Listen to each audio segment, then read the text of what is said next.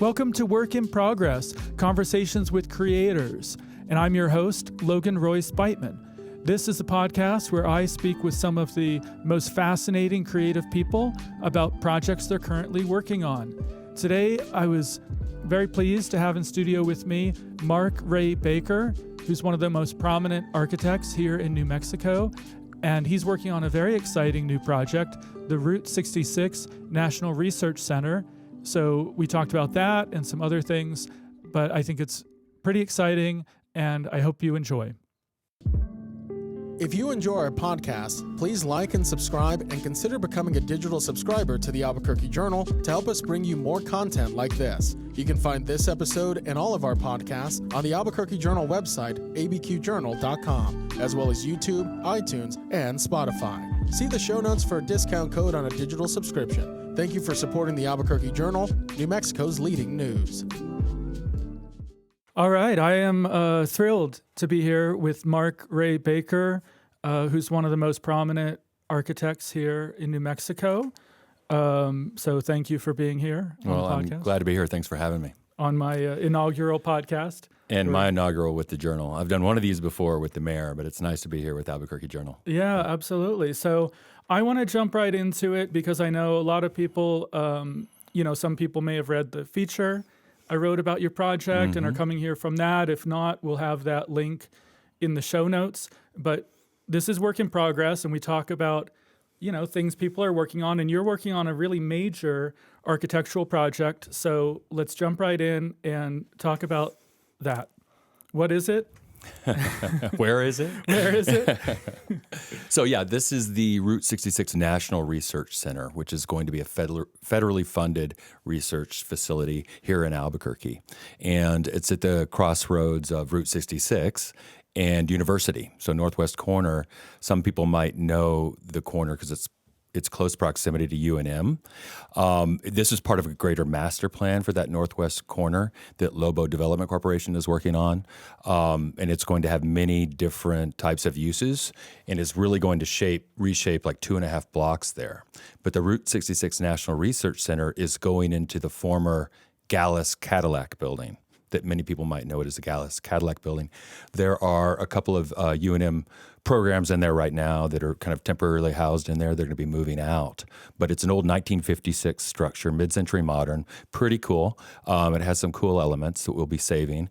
But we're putting in this totally new program, changing it from an old car dealership with a showroom and garages to this research center. That's going to have everything from archives to conservation rooms, classrooms, library, and the most exciting part will probably be the exhibition hall.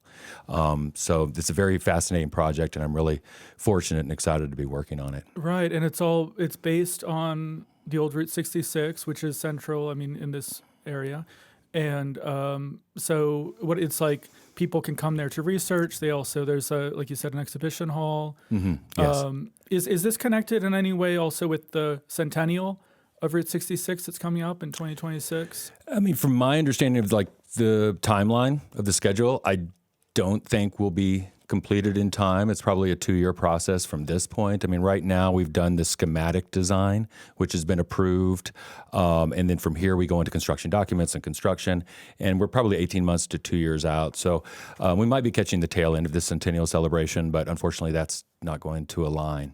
But there'll be a lot of excitement about Route 66 because absolutely. of that. Absolutely. Yeah, it's such an exciting project, I think, for me, for someone who's lived in Albuquerque for 30 years, because, I consider Route 66 the most significant, maybe most iconic of all the man-made structures in Albuquerque. We're not really known for our high-rises. We're not really known for we don't have a signature landmark building, I would say, perhaps the Chemo Theater.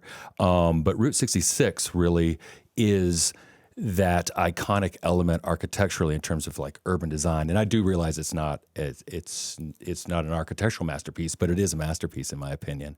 And, sure. And I know that like a lot of the old signage along Route 66 has been preserved, through grant funding recently. Yeah. And I think that I mean, those iconic signs that, if you think of Route 66 in the 50s and 60s, kind of what that signified in terms of Americana. Mm-hmm. And I think that had a big impact on the architecture field as well, probably, with people like Robert Venturi learning from Las Vegas, that kind, Absolutely. saying right? Yeah, we have a specific unique texture along Route 66. As a matter of fact, I think that I understand that we have the longest kind of intact portion of Route 66 in the entire United States. Oh, is that right? Yeah. So it really makes a lot of sense with the alignment of doing the National Research Center here in Albuquerque in conjunction with UNM. Yeah. I know from the federal, I don't know if it was a mandate, but the federal desire was to get it associated and linked to a top tier 1 university. And that's what we have here, yeah. That's fantastic. Yeah. And talking about the neon signs, one, because you shared with me the renderings of it's beautiful. Yeah. Thank you. And you have a feature on the exterior that kind of, I think, is an homage to those neon signs. Can you talk about that?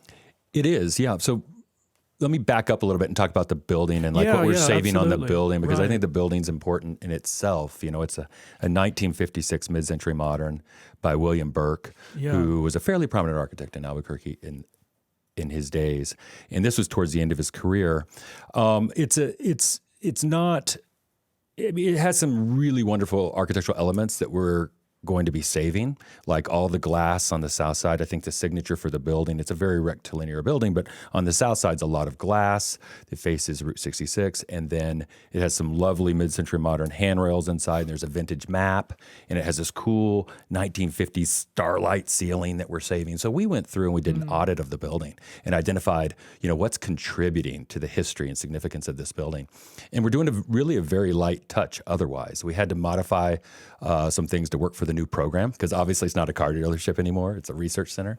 So it needs to work and perform for the new uses, but it also needs to perform much better sustainability-wise. Right. So like all this glass I talked about, it's not insulated. It's not up to current standards. So we're modifying all that. We're bringing all of this up. So the envelope we're modifying, and then on the front elevation that you mentioned, we're doing some brise soleil, which is French for sunshade, to cut down on that the sun that's just blasting in that south side. And we're also doing this element that you referenced, which is a series of frames, and you'll probably show a graphic of it. And we did some animations, and the clients really love this part of it. And what that is for me, that is an homage to the route, and it's to the neon signs, but it's also to the metaphor of Route 66 for me. Like Route 66 in a way, wherever you are and wherever you get on it, there's a beginning, and then there's the end, and there's the journey in between. Right. So I started thinking about that. What does that mean?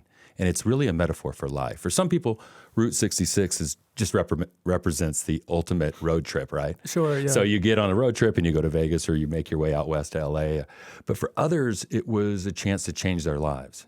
People ran from the Dust Bowl in Oklahoma to find a new, better life in Los Angeles. And they went east and west, and so many lives have been lived on that. It was featured in Steinbeck's Grapes of Wrath in the book, yeah. Absolutely. And so it's more than just the neon signs. Yeah. It's about that beginning and that end. And so I thought of it as a metaphor for life.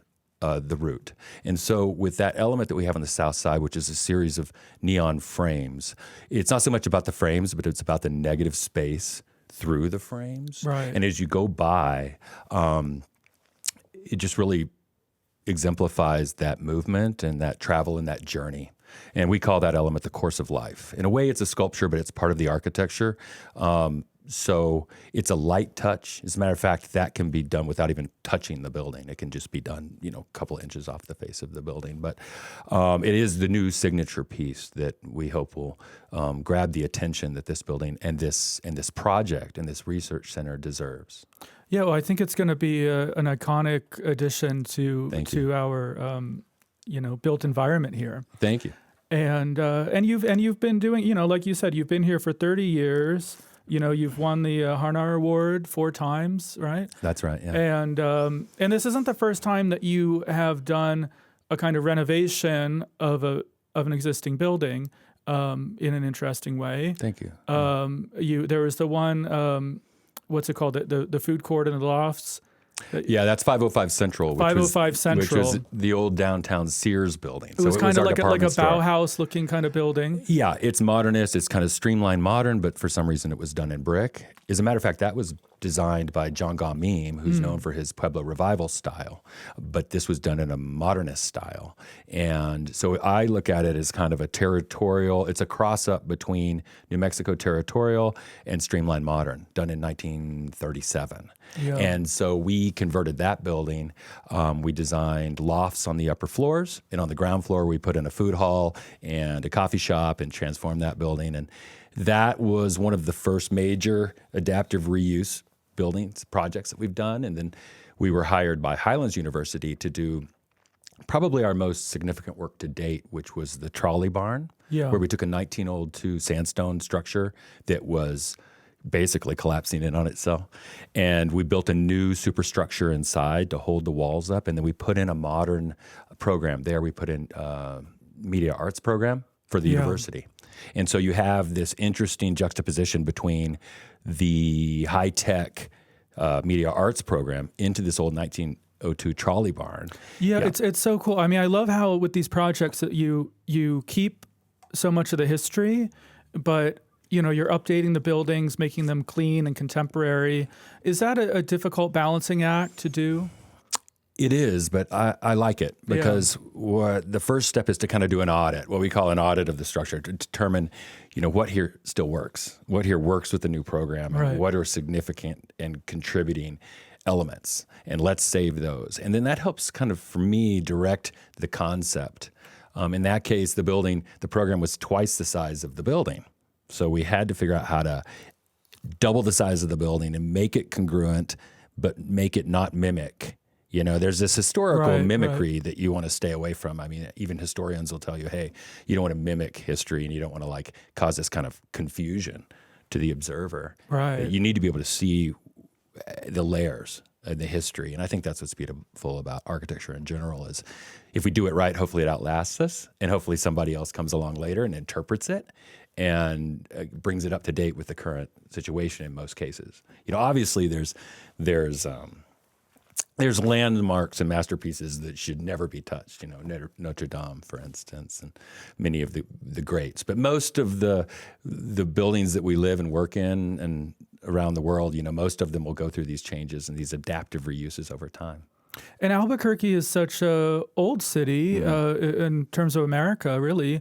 And we have, like the adobe buildings that go, from pre-colonial times, and then the Spanish, and all these layers and layers of architectural history, right? We do. Yeah.